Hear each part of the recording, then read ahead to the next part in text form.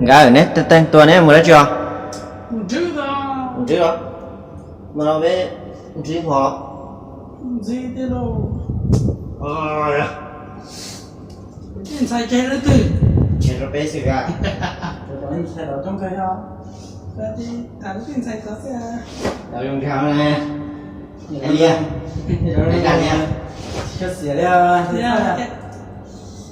Chạy cái tiền ra. Để bán nó xem mà. Còn đúng rồi thôi á. Bây giờ bằng biển này. Tao làm gì giờ bằng biển ấy? Vậy gì nào bằng? Gì nó sẽ bằng biển này. Đấy nhá, là thòng liệt, liệt nhẹ. Là sung đó. Là sung đó. Bạn mới phải Chưa là thòng á.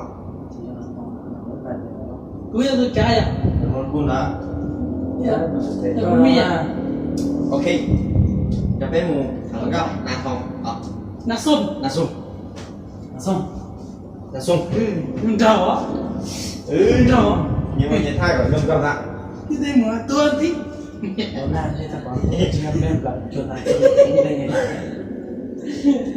Xong hai đi. Cái tên là tua, bên mặt kia là tua. Bây giờ cho đọc tiền ra.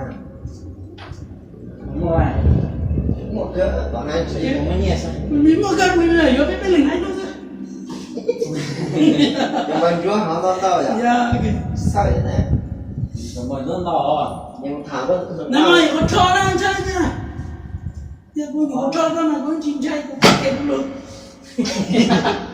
thì không cơ. Thì cũng Bạn cũng thấy kẹt chết vậy đấy mà thấy kẹt thôi muốn à? Ok. ôi cho các bạn sợ đó. Cậu chết phá sao có hay cái lại không? Lại vào sân. Tôi nó xuống tới chỉ là thế hay à? Đây đó, cái một viên là cái tôi rồi. Nè. Đấy chỉ phá được một lần. Chỉ phá một lần đấy. Mà không lo cái tôi chỉ to cỏ là chỉ. Nhìn xem mặt thương chịu. Chúng ta sò đấy nè. Được giờ đấy. Để vào thay. Chỉ sợ nó lên ngủ quá. Cho nó để đúng bỏ. Còn được đúng à? Nhiều đâu phải đúng được. Tao vừa có một lời nha. Giờ làm sao tới tôi cái biết nó. Tôi sẽ có đã làm được chưa? Dạ. Mua nhỉ? Thằng dây này, nó là cái gì?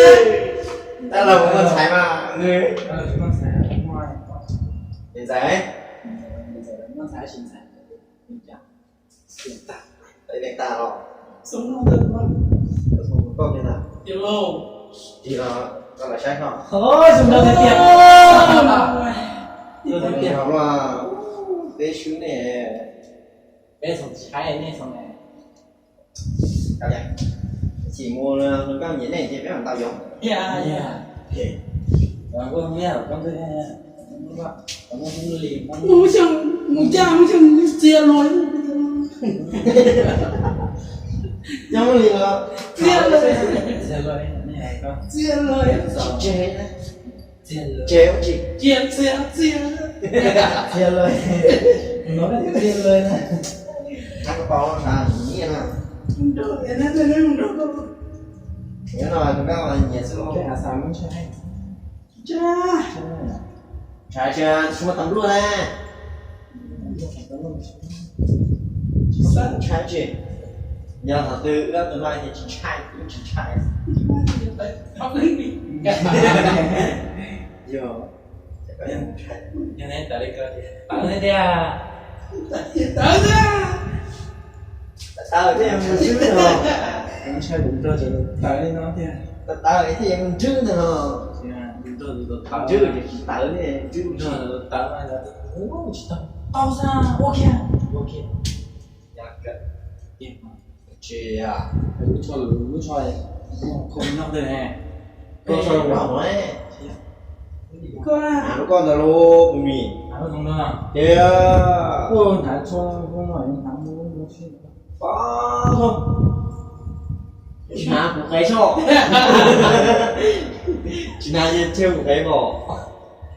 Bây giờ làm cái gì ạ? Làm một ngàn năm đô. Nhưng mà quá rồi.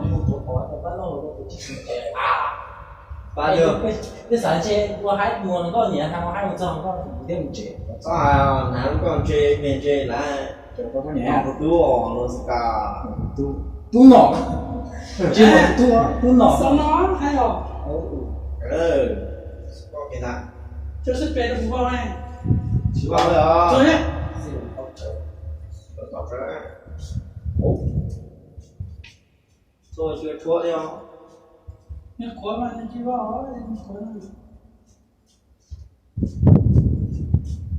một cái đó có đỏ mà đòi là su công nhân đó đỏ công nhân đó mới trong quá còn nó bên mù là đỡ mù chơi chơi ta tổ chơi chơi mù cả cái sự lại xuống cái này nó chỉ sò chỉ dễ sửa cả hồ chơi cái tiền tủ sửa nó cho lại rõ phải chơi lại tên xài như là tên rõ chơi lại tên xài chỉ nhảy đi có thay nó cho nên bỏ sửa xin chỉ được